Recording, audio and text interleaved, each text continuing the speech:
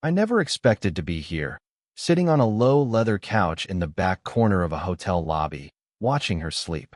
The hum of the old air conditioner mingled with the faint scent of coffee and disinfectant.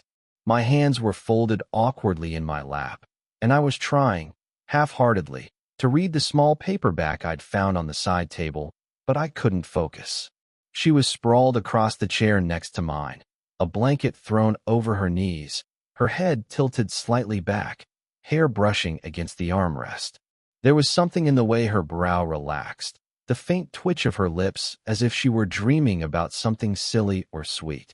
I'd seen her 100 times in meetings, in emails, in passing glances across the repair shop, and yet right now, she seemed impossibly different, soft in a way that made me suddenly aware of my own pulse. And then she stirred, not fully awake, just enough for me to catch the edge of a sigh. That's when I noticed him, her cousin, the younger guy she'd mentioned casually last week, sitting a few feet away on a chair angled toward me. I hadn't realized he'd be here, and for a moment, we just looked at each other like strangers caught in someone else's frame. "I don't want to be alone," he said. His voice wasn't loud, but it had weight. It was almost an admission, and I felt a curious shift in the space between us.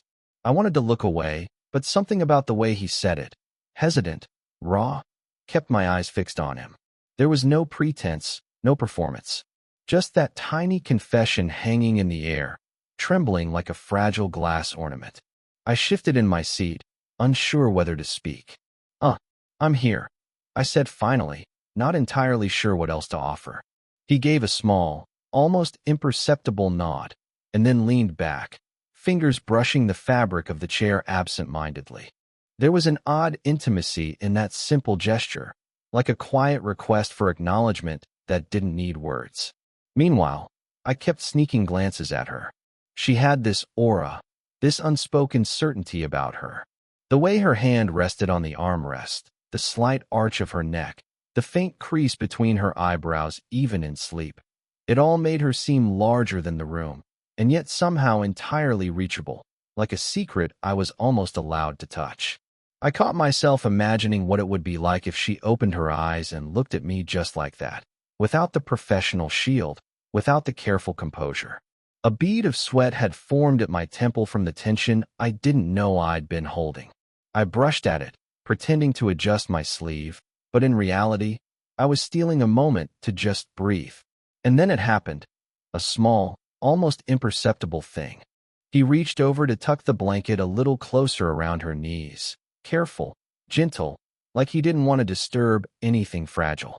And in that quiet, unintentional intimacy, I realized I was watching more than her sleep.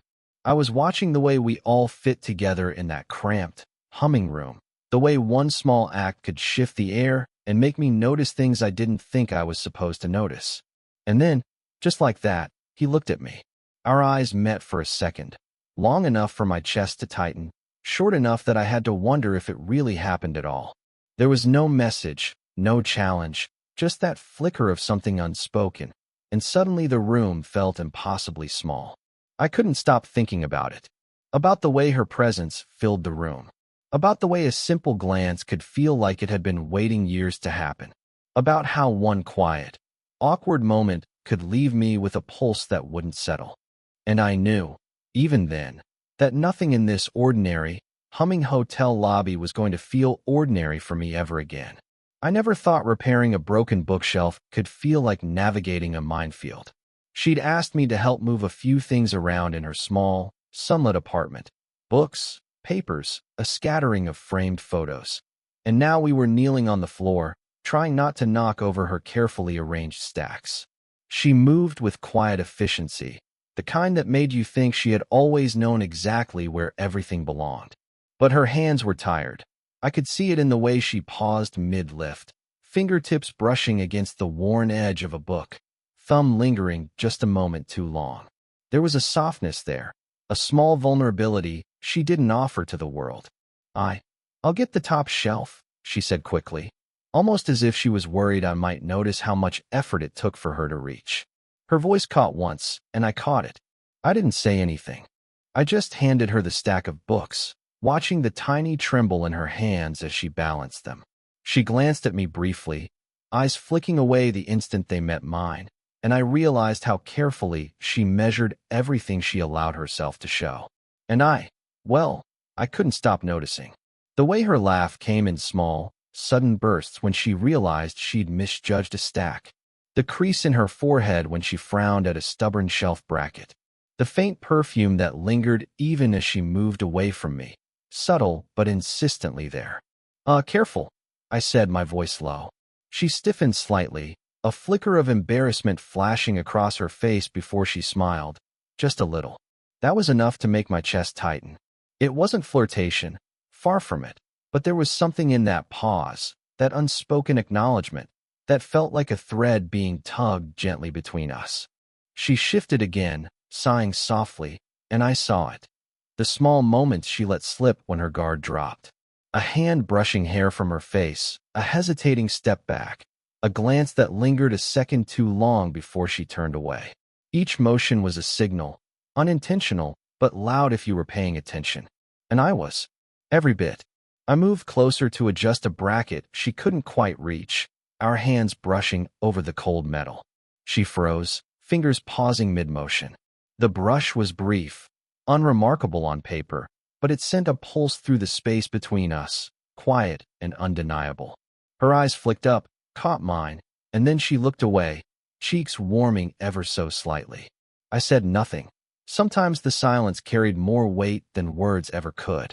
There was a moment after that when she sank onto the couch, resting a shoulder against the armrest, and I could see the exhaustion in her posture. She hadn't said it aloud, but I knew. She had been holding too much for too long.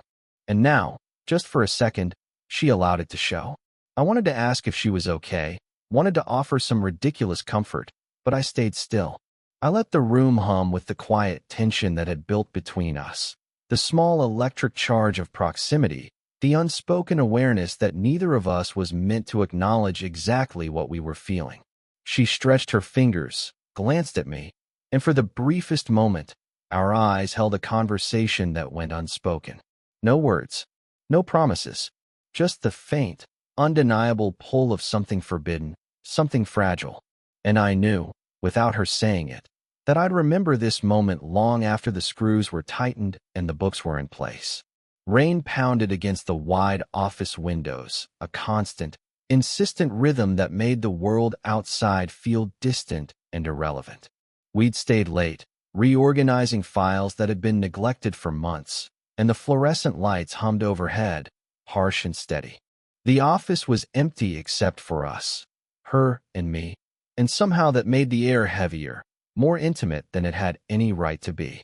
She leaned over the cabinet, sliding a box of documents into place, and I noticed the faint tremor in her fingers. Not from cold, the radiator was on, but from fatigue. She gave a small, almost imperceptible sigh and leaned back against the edge of the cabinet, arms crossed, gaze dropping to the floor. I wanted to say something, anything, but I didn't. I just waited, my own hands hovering over the files, aware of the tiny distance between us. "You always organize these better than anyone else," I said finally, voice soft, almost a whisper. She looked up, and for a split second, I caught her whole expression, tired, wary, and yet something else. Something unspoken, maybe even forbidden. She half smiled, tilting her head slightly. "I've had practice," she said. And then she paused, eyes flicking to mine in a way that made my stomach twist. The silence stretched, and I realized how close I was leaning without thinking. My knee brushed hers. I noticed, she noticed, and neither of us moved. That pause, too long to be casual, too short to be intentional, carried a weight I couldn't place, a question neither of us dared to ask. A sudden buzz from her phone broke the spell. She fumbled for it, glance flashing to the screen, and her face tightened. X's name. I looked away, silently, but my chest had already clenched. This was the reminder. Boundaries existed, lines drawn in invisible ink that could be crossed in the wrong moment. We returned to work, hands occasionally brushing as we reached for the same file. But the brush was electric now, each contact a reminder of the quiet tension that neither of us was supposed to acknowledge. I kept my voice steady, my words functional, but my mind traced every line of her face, every movement of her hands. How tired she looked, how precise she was even in exhaustion, how the light caught her hair in a way that made me want to reach out and tuck a stray strand behind her ear, except I didn't. Minutes passed. I wanted to close the distance, to lean just a little closer, maybe let my shoulder touch hers, maybe say something reckless, something honest. But the phone call, the office rules, the weight of reality pressed down, and I didn't. She stood, stretching briefly, the tension in her shoulders easing just slightly. I felt my own restraint falter, a tug of impulse that made me want to step closer, to let my hand linger on the edge of the cabinet where hers had just been, but I stopped myself. And yet, even as she turned away to collect the last stack of papers, I felt it, the almost touch, the almost confession, the almost moment suspended in the air between us. It wasn't over. Not yet. We ended up at the little cafe on the corner, the one she claimed had the best bad coffee in town. The rain had stopped, leaving streets slick and reflective, and we didn't speak at first, letting the quiet stretch between us like a taut wire. I kept my hands wrapped around the warm mug, though it did nothing to chase the chill out of my fingers or my chest. She stirred her tea slowly, eyes fixed on the swirling liquid. I wanted to say something, anything, but even casual conversation felt impossible now. We had passed the point where pretending this was normal would work. The tension had seeped into every glance, every half-smile, every pause. Finally, she spoke, voice low, careful. "Do you ever wonder what we're doing?" It wasn't a flirtation. It wasn't a question about us in any obvious sense. But it landed anyway, sharp and sudden, slicing through the comfortable facade we'd maintained. I looked at her, trying to measure her expression. Was it curiosity, fear, regret? Maybe all three. My own throat went dry. I don't know," I said truthfully, my voice quieter than I intended. "I mean, I know I like being around you, but..." I stopped myself. The rest would have sounded like a confession, and I wasn't ready to give her that. She nodded slowly, as if she'd expected no more than that answer, and her gaze drifted toward the window. The cafe was nearly empty, just a few late-night stragglers tapping on keyboards or scrolling their phones. Outside, neon signs reflected in puddles, fractured and trembling. The world continued without notice, but inside, time felt like it had slowed, held hostage by the silence that had grown impossibly heavy. She reached out, almost unconsciously, brushing a lock of hair from her face. I caught the movement, caught the hesitation in her fingers, the way her hand lingered at the edge of her cheek before retreating. I wanted to reach for it, to close the distance, but I didn't. I only watched. I think we're both pretending it's just friendly," she whispered, almost to herself. And yet I knew she meant me. I wanted to say something witty, something that would lighten the weight, but nothing felt appropriate. The quiet had its own gravity, dragging me toward acknowledgement I wasn't ready to voice. She laughed softly, a sound tinged with exhaustion, frustration, maybe even guilt. And it isn't. Not really. Her eyes met mine then, full and unflinching, and I realized we were staring at each other in a way that had nothing to do with the casual camaraderie we'd tried to maintain. The silence that followed was different now. Heavy, alive, impossible to ignore. It wasn't comfortable anymore. Every shift of the chair, every sip of coffee, every small twitch of a hand was loaded with meaning. Finally, she leaned back, exhaling, voice breaking just slightly. "I don't know if I want this, or if I'm just tired of being careful all the time." The words hung between us, devastating in their honesty. I felt my chest tighten. Her vulnerability, raw, unfiltered, was a weight I couldn't move around or dismiss. And I knew, somehow, that nothing after this would be normal again. And for the first time, I admitted it to myself, silently. I was terrified. I found her in the small courtyard behind the office building, leaning against the wrought iron railing, rainwater still clinging to her coat. The storm had passed, leaving the world damp and gleaming, and for a moment, I just watched her. She seemed smaller somehow, though her posture remained proud, shoulders squared against the chill. "I didn't expect anyone to come out here," she said, voice soft, almost brittle. She didn't turn to look at me. I wanted to check if you were okay, I said, stepping closer but not too close. I kept my hands in my pockets, trying not to betray the pull I felt toward her. She laughed, a quiet, humorless sound. Okay. I don't know if anyone can be okay after. Her voice faltered, trailing into the wet courtyard air. I hesitated, sensing that whatever she was holding back wasn't casual. This was a fissure in her armor, and it had taken decades to form. Finally, she turned slightly, revealing a photo tucked into her palm. It was old, edges curled and slightly faded. A man's face, smiling, familiar, impossible. He was everything I thought I needed. And then he wasn't. She swallowed, fingers trembling over the paper. I didn't just lose him. I lost myself in the process. The words hit me like a sudden gust, startling in their quiet honesty. I didn't know what to say. There was no pat answer, no tidy reassurance.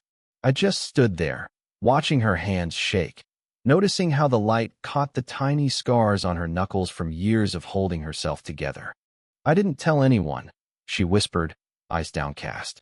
I didn't want anyone seeing that part of me. I wanted to reach for her, wanted to say, I see it now. I see you. But I stopped myself. Instead, I said softly, you don't have to carry it alone. My voice was barely audible over the faint drip of water from the eaves.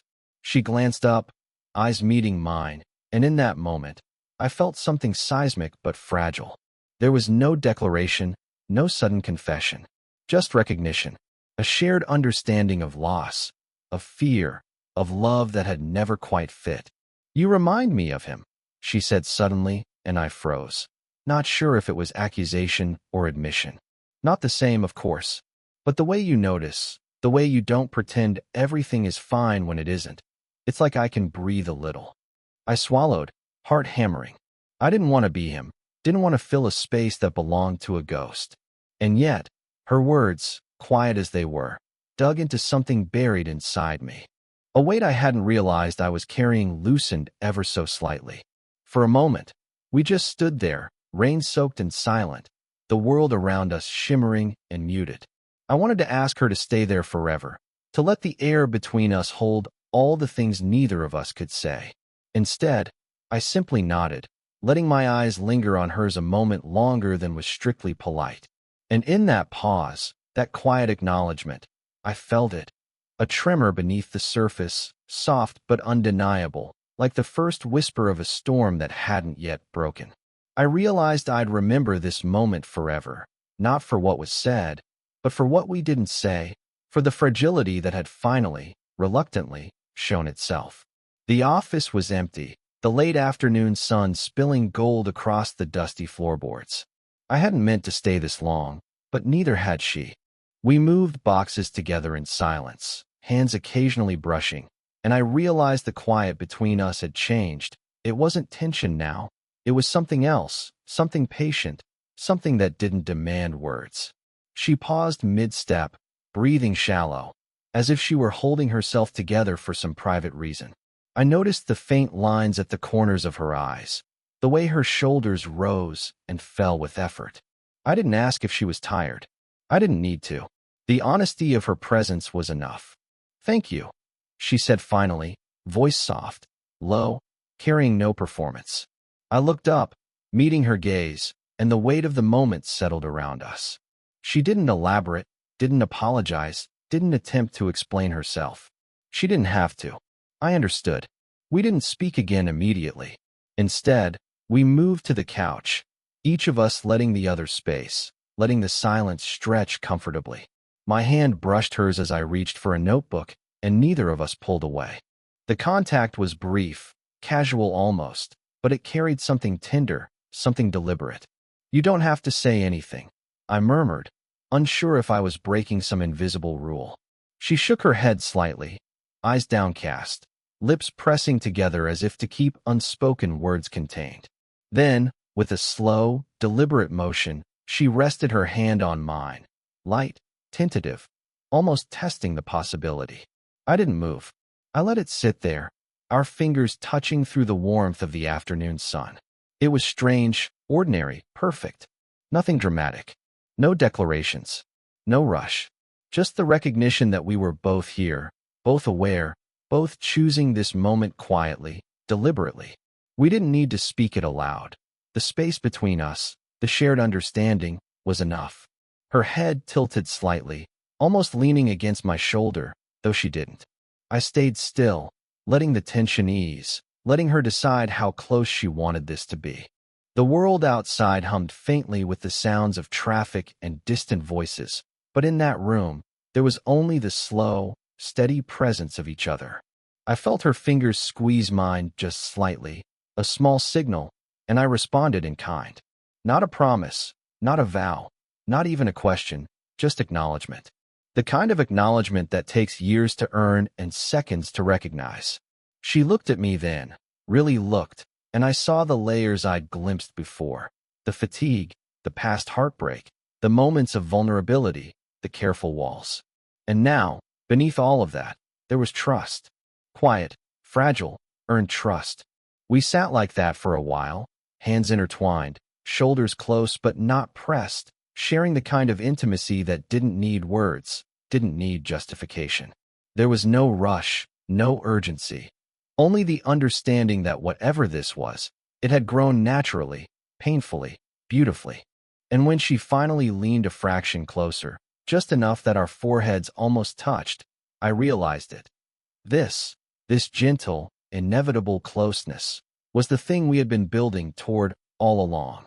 No confessions, no promises. Just two people quietly collapsing into something real. And in that silence, I knew it was enough. I think about that evening often, even now. The apartment is quiet around me, a soft hum from the heater, and the memory of her is sharp and vivid in a way that surprises me. Not like a photograph, frozen and static, but alive, textured. The faint scent of her coffee mug, the small crease in her brow when she concentrated, the warmth of her hand brushing mine for the first time without pretense. It wasn't dramatic. Nothing crashed or burned. There were no fireworks, no proclamations shouted over a storm. It was subtle, gradual, like noticing sunlight pooling across the floorboards, or hearing a favorite song you didn't know you remembered. And in that subtlety, it changed me. I notice people differently now. Small gestures, the way someone hesitates before speaking, the weight of unspoken words. I find myself patient, quieter, more willing to wait for the spaces between words, for the glances, for the gestures that carry the real meaning. I see her differently, too. Not just as the woman who captivated me in fleeting moments of awkward proximity, but as someone layered, flawed, strong, and profoundly human. We didn't need a fairy tale ending, and maybe that's the point. Love doesn't always announce itself in grand declarations.